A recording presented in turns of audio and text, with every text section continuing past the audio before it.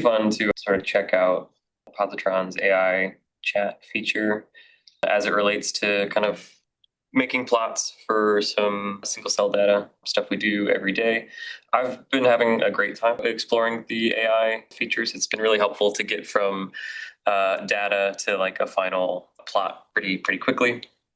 And I don't know about anybody else, but for the plots that I've made 20 million times, I still don't recall off the top of my head all of the different options and packages that I've used in the past. And so having the chat options AI bots has been really helpful. But for those who are unfamiliar with Positron, I probably can take a few seconds to orient with the interface over there. Hit that. Okay. And so there's a whole bunch of features that I also haven't explored yet, but the main ones, if you're using this setup with the cluster, you'll set up like a remote session. And so that's what this instance is. And so setting up this remote explorer tab is what I use when I kick off a Positron session. There's the file explorer. So whichever directory you're in or whichever server you're on, it has full access to all the directories on that server. And then the main piece for today is this Positron assistant. So it's really just a chat feature. There's a bunch of options that you can sort of explore and configure. I've really been doing kind of the bare bones. What you do need is a GitHub Copilot account. And I believe, where did that go? Settings. Well, you need to sync your or GitHub Copilot account with Positron to have access to all these different LLMs through GitHub Copilot. And so that does cost money. It's like $10 a month, but you can sign up for a student account if you have a Johns Hopkins ID or email. And so that can save you a bit of money. And then also just because I was learning this as well. So these different counting rates, so this model is counted at a 0.33 rate and this model is counted at a 1x rate. I didn't really know what that meant. With your GitHub Copilot account, you get 300 advanced requests a month. And an advanced request is anything typed into this Positron assistant.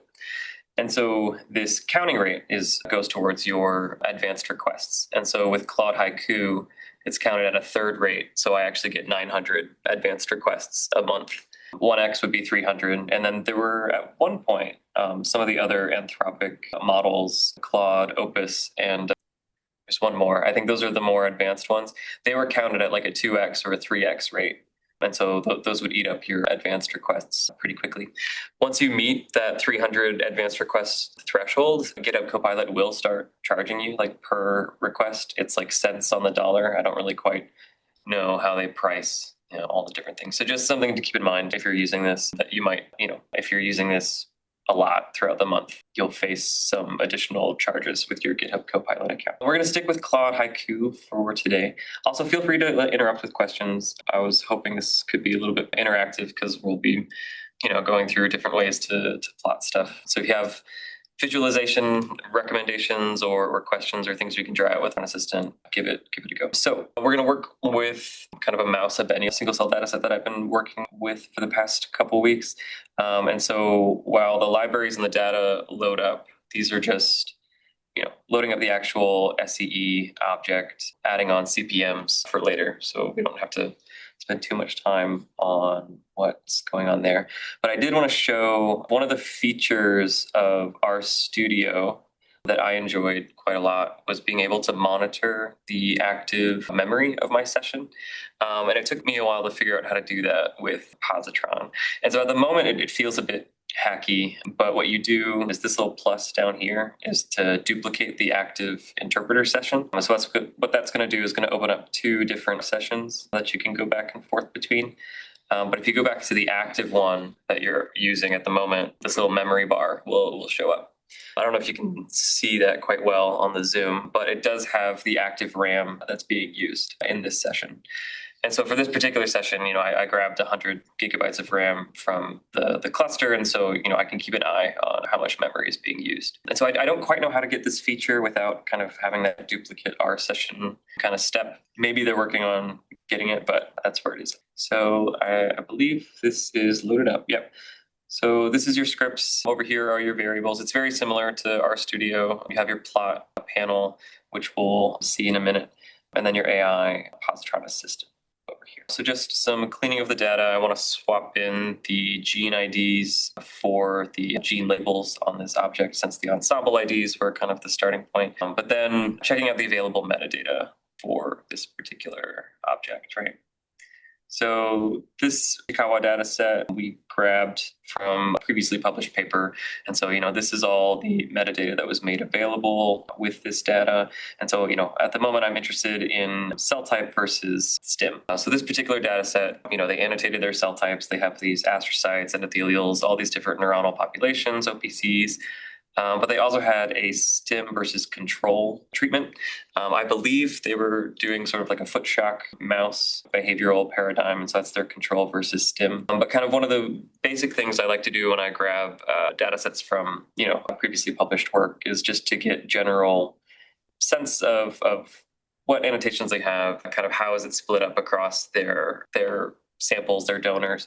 In this case, they don't have donor information. They just have this control versus stem. And so we're going to try to make a proportional bar plot by cell types for the stimulus condition. And so I'll go over here and I'll ask, I would like a proportional plot using the Hashikawa object.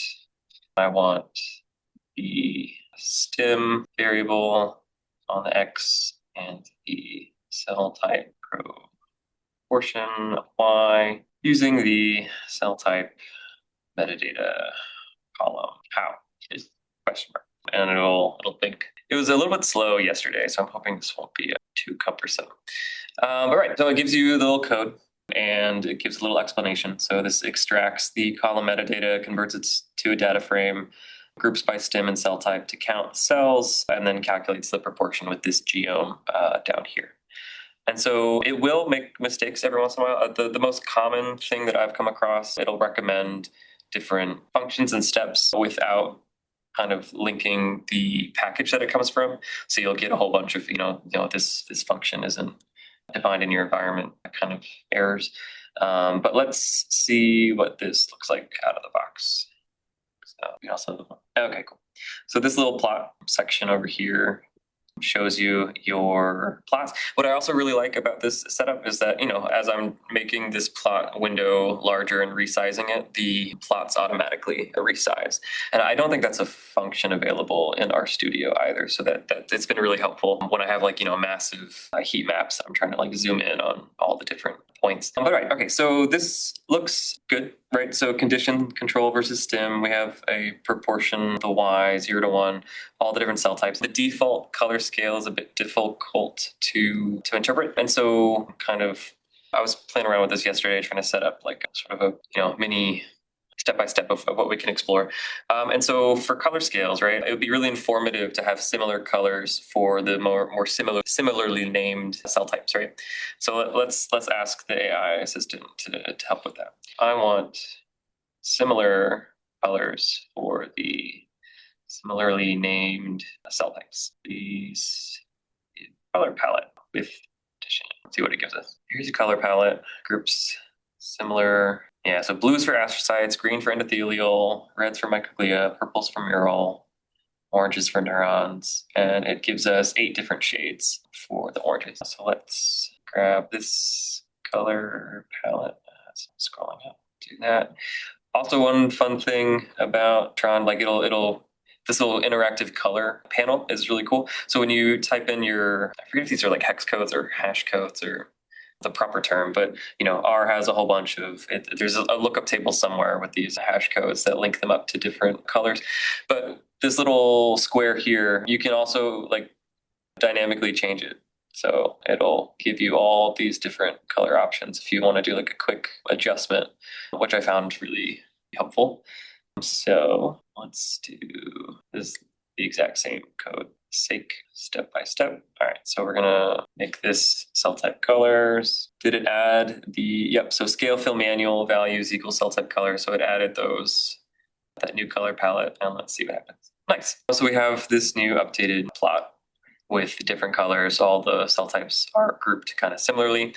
Also, with Positron, it has a record of all the plots you've generated, which is nice. So if you're kind of in an interactive exploratory session, you can just sort of scroll back through the different versions of plots you've made, even if you're kind of making minor adjustments to your, geomes without having every single iteration of the code saved. I thought it'd be fun to try different subjective descriptions of color palettes. So like, I want a more moody color palette. What does it give us?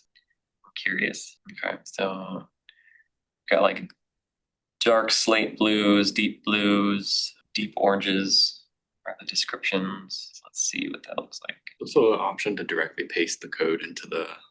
Is it? Yeah, the little button. Yeah, the second one, I think. Yeah, I'm afraid of like where it's going to put it. And so I usually copy and paste it. It'll show the diff and stuff. Okay. Yeah, but all right, we can try another option. So this will be with the updated color palette. Oh, wow, looks more moody. Okay, that's fun. What about like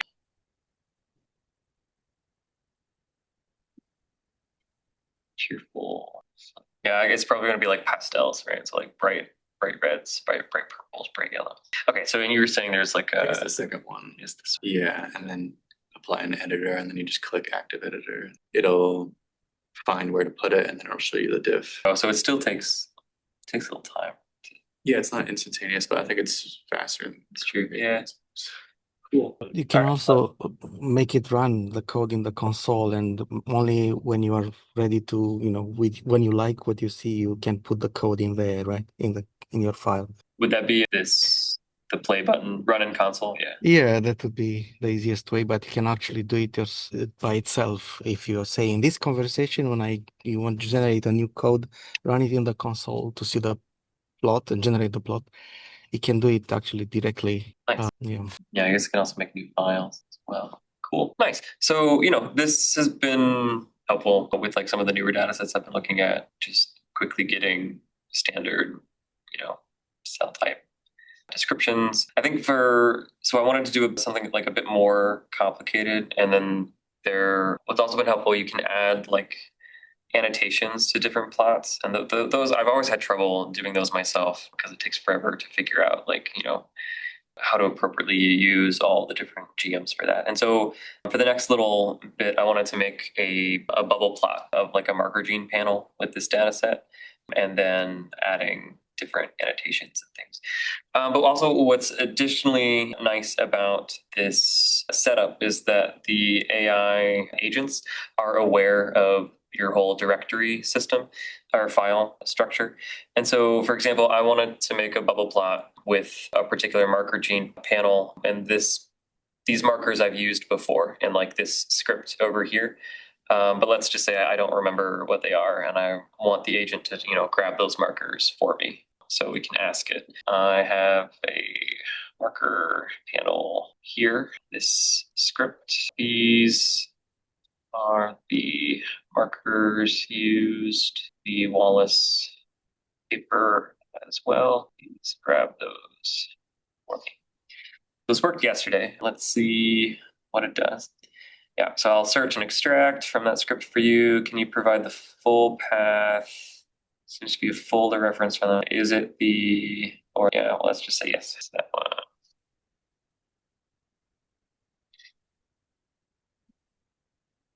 Oh, okay. So I was a little confused, but okay, so I don't have it in my current workspace. So maybe it doesn't have.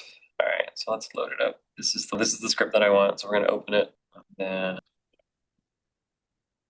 I open the file. Please try again. Saying please and thank you is probably not needed, but you never know when the AI models are going to, rise up. So good to be polite. Yeah, so these are the different marker panels that I've used before, and these Wallace markers are the ones that I want at the moment. So let's grab those. So I guess, it's probably an example of being very lazy with these AI models, because I could also just open the script and scroll through it and figure out where I found it, or where I had these markers. But I guess it's cool. It can read through kind of all of your open scripts, and it's probably a decent search feature when you have 10, 20 different scripts open and you are kind of at a loss as to where things are. So, okay, so we're gonna make a bubble plot. All right, so I want a bubble plot using those Wallace markers, cell types, the X, genes on the Y. Each bubble, actually, the size of the bubble should be the percent cells expressing a gene in that cluster, or I guess I should say cell type, and the color of each bubble be the mean expression in cell type. All right. Let's see what it gives us. Okay, bubble size, percent of cells expressing each gene, so expression greater than 0 in each cell type. Bubble color, mean CPM. So I didn't specify which assay to use, so it's inferring that I want the CPM. So let's double check that it's actually using the CPMs, because it could just be using counts. Let's find out. So Wallace markers, bubble data. So it gets the subset of, and assay CPM. Okay, so using CPM. It's interesting it's using this pipe operator because it was using the more standard yesterday. This is standard now. Is it? Yeah, this is base R, whereas the other one was like mag grid R. It was introduced in like 4.0. Gotcha. Yeah, so this is setting up the actual data for plotting. So CPMs as matrix, transpose it, mutating to get the cell type annotation, breaking it down into long format, grouping and summarizing by mean expression, percent expressing, sum divided by total times 100. That looks good. And then the plot, right? So it's essentially just a point with some different manual geoms for colors. And okay. That looks good. Let's make the plot. See what happens. Could not find. Yeah, okay, so this is what I run into sometimes. So pivot longer. I guess there's also this little yellow underline tilde to tell you that it's not in scope. So I know the pivot longer function, it's in the either tidyr or tibble, I forget. Tidyr. But you can also ask the agent, right? So like what? I think it's in Dippler, but Oh, is it? Will it tell you like here or? I guess I use it all the time, so I know it's in Dippler. Oh yeah. Well, okay, so let's try But this. yeah, let's get it to do it. Explain, right? So workplace, explain no symbol name pivot longer in scope. You need the tidyr package for pivot longer. So yeah, so it'll suggest, loading up tidyr, but I tend to just do that for kind of the one-off function. Okay. Ooh, what do we have? Oh, Wallace marker. I guess I never. Okay. Yeah. Let's try that. Okay. So no errors. All right. So now we have this nice bubble plot. All of the genes on the Y, the cell types on the X, and did it do it? Yeah. So size is percent expressing, and then color is mean expression CPMs. So that's nice. But then we can also, get different variations of this. We can ask it to like reorder genes by cell types or cell types depending on kind of if we have a preferred order.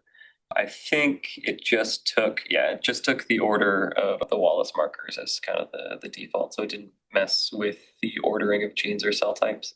Let's not do that. So, the mean expression value is nice, but I think oftentimes we are also interested in sort of the z-scored version. So you would want the z-scores by a cell type for these different genes. Or actually, how we would do this? You want each gene z-scored like across the clusters. Okay, so I want a variation of the bubble plot with z-score values. Each gene z-scored across cell types. And we could easily do this, so it's just going to edit the bubble sort of setup spot. And so what did it do? So mutate, it added an additional scaling of the actual expression, and that's pretty much it.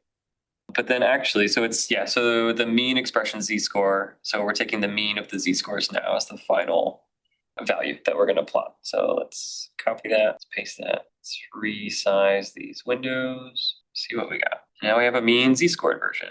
Yeah, so these markers are very specific to these different cell types. So, not much has really changed in the visualization, more or less. But you could also probably extend the mess with the color scale if we really wanted to kind of highlight all of the zeros or like low values. Any suggestions for the bubble plot? Anything anybody would like to see? Any changes? We can try it out.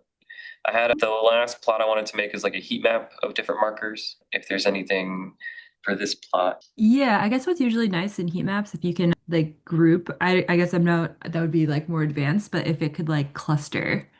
either are cells or genes or both based on their expression. So you can definitely cluster like within the heat map. So like complex heat map, right? I'm sure we're Yeah. with it. So, but I guess you're asking to cluster Yeah, the I guess by that's not something I know how to do in ggplot, so it'd be interesting to see the AI tackle that. yeah, I think so. If we were to do this ourselves, I think we would grab the bubble plot data. We would do our own hierarchical clustering and grab the orders based off of that, and then feed that Yeah. into ggplot. But so that's the baseline kind of assumption of what should happen. Let's see. And you're going to use the hclust function. Yeah. So using hclust would be my go-to. And so let's see what the AI does. Okay. So I would like the genes and cell types to be grouped, or let's say clustered, to be clustered by the bubble plot data. Similar cell types. I'm going to be a little bit vague as to like exactly what I want it to do because I'm curious what it will do. So similar cell types should be close together. Same for genes. How? And so this might be an option or a request that a more complicated model would do better on. So back when it might be because like my intro account for GitHub Copilot expired like a week ago. So maybe they were giving me more access to like more models. But Claude Opus and Claude Symphony, there's one more that Sonnet. Yeah, they were a little bit more advanced and they cost a little bit more. And I know Opus gave me like very, very nice responses for some of the more complicated requests. But let's see what Haiku did for this. So create a matrix for clustering. So bubble matrix, yep, so that bubble z-score that it just generated, pivot wider, it's grabbing the values, columns, yeah, so column to row names, this is gonna give us an error because it's from the tipple package. Cluster, yep, by hclust, distance, and then cell type, and then convert to factors with clustered, so it's grabbing the ordering and then plugging it into ggplot. Cool, so I mean, that looks right. It's kind of following what we established would kind of be the baseline of what we would try as well. So let's copy that. See, does I know that's kind of, yeah. So tipple. You forgot the tidier for good line. Oh, so that was tidier. Ooh, let's ask it a question. Okay, so previously we had the exact same issue with like pivot longer, right? So previously you forgot to include the tidyr package pivot longer function, which fixed in the future. Can you include the packages with any functions not currently in scope? So maybe it'll remember that in the future. You're absolutely right. I apologize for that oversight. They're a little too nice, I think, in general, but going forward, I'll make sure to include the necessary library calls for any packages that aren't in base R or already loaded packages. For the clustering code, you need tidyr loaded. Here's the corrected version. Okay, cool. So maybe that'll fix the issue moving forward. Let's try. Here's another error. Row names are not allowed. Duplicate row names. Where is this? Well, let's ask it to explain. So the error occurs because pivot wider is creating duplicate row names when you convert. Okay, this happens when the same gene appears multiple times. The issue is in this line, so pivot wider. You have multiple rows per gene cell type combination, which shouldn't happen after, but might if the data structure is unexpected. Check your data first. Okay, so bubble data count filter. I exit. So there's no duplicate gene names. So I don't know where that little explain bubble went. Okay, well, we can click on it again. And I guess it'll start fresh. Yeah, okay. And we'll probably do something different. Yeah, okay. Looking at your session, there are no duplicates. Okay, so its initial concern wasn't the correct one. The problem is different. Your data frame has the gene column plus all the cell type columns. When you call, it's trying to set gene names, but R sees duplicate rows because the data structure isn't what you expect. The real issue, it said, it's creating a data frame with the gene column, but it's not being converted before pivoting. Column to row names to fail. Convert to a tibble explicitly to ensure the gene column is the only numeric column. Okay, so it's pivoting kind of on the wrong thing, I think is my general take on what's going on. Or we can skip it entirely. Yeah, it has this complicated looking thing I'm not familiar with, so I'm not going to do that one. Let's give this one a try. Bubble matrix. Oop, we're gonna do that. Okay. Yeah, my experience with this like explain thing is it's really bad. Yeah. Honestly, like it'll make up. Honestly, it doesn't have a very good idea when like what the error is, but it'll be very confident. Like, it'll confidently tell you stuff. And Well, this is a good example of the downfalls of using these AI chatbots kind of exclusively, right? the thing is really good, but explaining feature in my experience has been pretty Yeah. bad. Depends on the model, though. I'm pretty sure Opus can do a much better job here. Or even GPT-5.3, I found that it's quite good codex. Okay. But I don't know if it can be involved in the explain there. Yeah, I I'm not use like Sonnet and Sonnet 4.5, and that one's good for most things, but not for the explain. Maybe it's just the model. We can try switching models. So GPT 5.3, so we switched models. Let's run this again. There's an error. Let's see if it will explain. Can we see what model it's using? So it is using 5.3. Yeah, this says you're close. It's encouraging. Specific errors from this pattern with base on that grid style. Why this works. Gives an explicit object. Select, prevents duplicate names. Yeah, so now even for me, like I'm getting a little lost as to exactly what's happening because we're like down the rabbit hole of what it's suggesting. And so That's just a function, inline function definition, right? That backslash or slash, whatever, X is a yeah, function. I guess so. I've never seen this Yeah. before, like inline function definitions. It's part of the pipe, Like the new part of the base on pipe syntax. Gotcha. But you could also just export the object before you, Yeah, like I'll actually see what's going on with the bubble matrix, because the problem was already for pivot wider, right? the pivoting. Yeah. So it's even before the function stuff where you have the problem. Let's see what this clustering, converting to factors. Okay, so that clustered the data a little bit. I guess there's no way to see. We'd have to work a bit to add the dendrograms to the actual bubble plot. But I don't think dendrograms with bubble plots are like a standard visualization. But we did get this diagonal signal. That's nice. Cool. Any thoughts, comments, concerns up to this point? Ooh, because I also wanted to try. All right. Yeah. How many credits you use them per day? You say you have 300. Yeah, so you have to go to your GitHub Copilot account to see the credit usage. And it's not always up to date. It probably like refreshes like every day. So as far as I know, I don't think there's a way to track like in Positron since, but that might be, let's ask it. Is there a way to check how many, what do they call it? It was like advanced request credits. Probably doesn't have the tools for that, but let's see. I'm curious because it has to communicate with Copilot, right? It's with GitHub. I have asked it questions about like the Positron interface, like if I want to change options and stuff, and it does. Yeah, I don't have access to your account usage or credits from here. You can usually check this with your Positron or usage dashboard. Yeah, it'll give me a pointer if I want. That's okay. On the bubble plot, I want an arrow pointing to, which one did I want? It was OPC 1, since it's different from OPC 2 and 3 based off of these markers. Well, actually, where's the marker for OPC? Oh, these are the z-scores. So, well, okay. So out of these cell types, is there a cell type marker combo that we want to highlight? This probably won't be the most biologically informative, but neuron 4, right, seems to be distinct just based off of its C-GLUT2 expression. So let's do that. I want an arrow pointing to neuron 4 and cell C17A6. That. At least Haiku didn't really get it on the first try. The arrow is in like the wrong spot. So I'm curious how this one will work. So yeah, so ggplot, we're working with the z-scored clustered. And then you have all these like very detailed annotation functions. Yeah, so narrowing in neuron 4 for the X and Y for the gene. And then it's adding text as well for the neuron 4 and SLC. I guess, yeah, this is the label. Cool. So let's see. Oh, I guess we are trying it in model. All right, nice. That was much more effective than Haiku.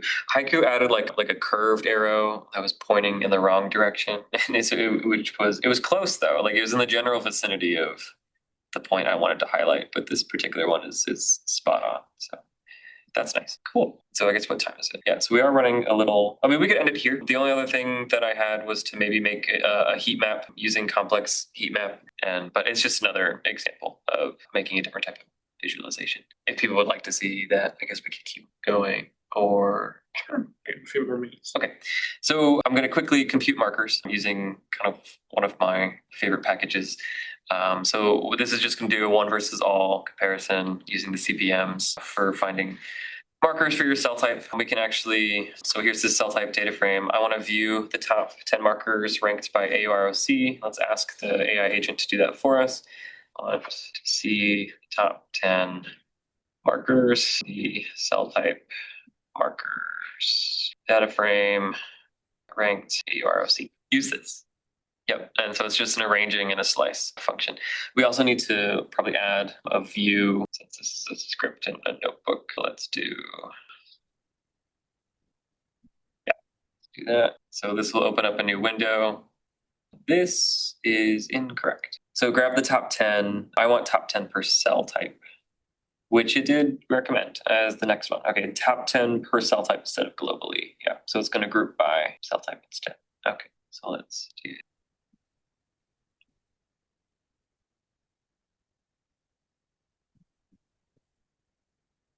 Errors. Can't select columns that don't exist because it got the wrong cell type. So the column is actually cell underscore type. I only know that because it's the default marker data frame. So again, it made a mistake, but it's okay. Right, so cell type, astrocyte 1, we have the top 10 genes based off of AUROC, and APOE is astrocyte marker. Astrocyte 2, also APOE is another strong marker for this particular cell type, and so on and so forth. So these are our top 10 markers, so that's nice. But let's visualize these in a heat map. So take those top 10 markers per cell and visualize them a heat map. The values, the expression should be all that would like expression to be scored per gene across cluster. So let's see what it does. So it looks like it's not going to use complex heat map. It's going to use it with ggplot. We can also probably ask it to use complex heat map because I'm always a fan. Let's see what this does. Heat map. All right. So we go through very quickly. These are the libraries it recommends. So grabbing the top 10, it corrected the cell type issue. Grouping by AUROC, top 10 marker genes. It's just grabbing. So that's interesting. You can also just add the poll gene and make unique into this one function, but it's splitting it up for some reason. Expression matrix, so it's grabbing the CPMs and the cell types, and then getting the expression of just the markers that we want, summarizing it, z-scoring, as numeric scale, yep. Ordering, yeah, so it's not going to cluster, and we didn't ask it to, so that's not so bad. Let's see what this does. Oh, we already loaded up some of those libraries, but I think the matrix one was missing. Yeah, take a second. Okay. Oh, interesting.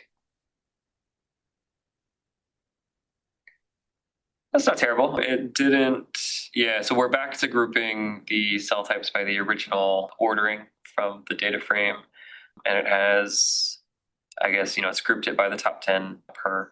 But, we wouldn't want to use ggplot if we wanted to cluster and change. Complex heat map also has a bit more flexibility with different things. So can you do the same using complex heat map? And then how do we want to hierarchically cluster this? The genes and cell types should be clustered using the or D2.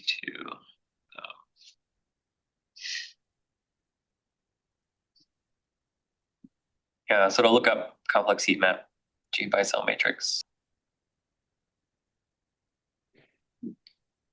So you can pass these into the heat map function itself, but it's also good to kind of do it separately because then you can reuse the dendrograms in like different visualizations or the clustering in different visualizations, and probably grab the row order directly from these cluster objects. But anyways, so this does the ORD2 clustering based off the z-scored matrix, and then passes it as a dendrogram to the cluster rows and cluster columns. That looks good. And this is, doing the z-scoring and grabbing the marker genes. So that all seems to work. I'll add in those two. Yeah. And there we go. So now we have it hierarchically clustered. Dendrograms on both z-scored cell types. Yep. So we have all our neurons. We have all of our astrocytes and oligos together, the various non-neurons. It is interesting. Neuron 7 and 4 seem very different, and there's also some expression within astrocytes for these markers. But anyways, so this is where you get to the biological interpretations downstream. So yeah, that's pretty much all I had planned to walk through. So again, it keeps a record of all the different plots you've made, so you can scroll back through, see what you've done. If other stuff. Any other plots that people want to see it tackle? We're also at time, so we can probably wrap it up. But any other questions, concluding thoughts? I've been doing sort of the same thing with the complex heat map plots, like vibe coding a little bit. Yeah, but because there's so many different options you can play around with, like the splitting and the k-means clustering. Yeah, I would spend hours going back to the complex heat map documentation. Yeah, exactly. So this kind of speeds it up a bit. Well, if there's nothing else, I think we can wrap it up. So thanks for tuning in. Yeah, thanks, Jonathan. That was cool. Yep, it's been fun learning how to use these models a bit more. So sounds You good. use it all the time now. I do, yeah. I'm not going back. So I've only been using Positron for a month so far, and I was strictly RStudio before, and I see no reason to go back to RStudio. So, it just makes things a bit quicker, in my opinion. And it's good to be aware of it does make mistakes, and I go back and forth as to I only am comfortable reading through the code because I've also struggled writing code for hours myself, so I'm a bit more familiar with what should be happening. So if you're coming at it from brand new data scientist perspective, I can see how it'd be a bit troublesome using these AI tools from the start, from the get-go, because you're not engaging with the material as much. But also I think it depends on the task as well, right? So you don't need to engage much with the material to make a proportional bar plot. So stuff like that, just the quick and easy plots. It's been super helpful. But pros and cons, I think. So How do I end this? I hit the. Okay, gotcha. So I'm just curious, right? Gio, I know you've checked about whether we could have Copilot for an organization, right?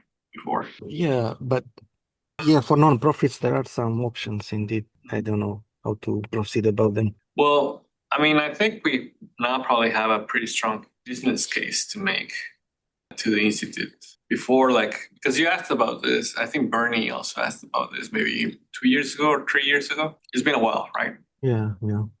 And at that point, you can really use it you had to copy paste all the time. You couldn't really use it like now you can use it on Positron just directly, right? So I think we could make an argument that maybe we need to have this. Now, something I've been curious about is could an organization account actually have access to all of your repositories on the organization to actually guide suggestions based on all the code base that we have from the past? Now, context management, you mean for the models, you have to kind of manage it yourself, but it's a choice that is left to the user, right? And teams. You can have, I don't think there's something that imposed in any way, or maybe tools are not really well targeted to, you have to specify what repositories you want to include the context, and there are some limitations there. So you don't think we could actually have it check all of our repositories or something?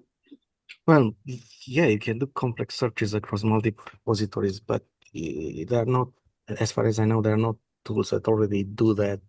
I mean, you have to kind of implement this yourself in how do you want to manage it. Maybe we can use also templates as part of the context and the directions for the agent, but remember, each conversation is independent. The models are stateless. You can add some common memory to include for each conversation, but this is context management discussion that can be done on a project by project basis.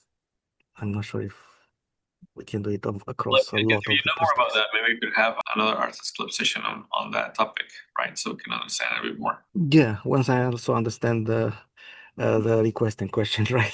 Maybe we can talk a bit before about that. Yeah, so I'm not sure exactly what you're asking, but yeah, let's clarify that and Well, I'm discuss. thinking about how can we make the most solid business case that we need access to these tools as an institute. And it's March. Budget planning season at Liber starts in a few weeks in April. So Oh yeah, actually, if that we there are actually want to have it, by July 1st, we might have to work on this fairly fast to build that request. yeah, it's still gonna come down to how many seats you're gonna request because this business setups.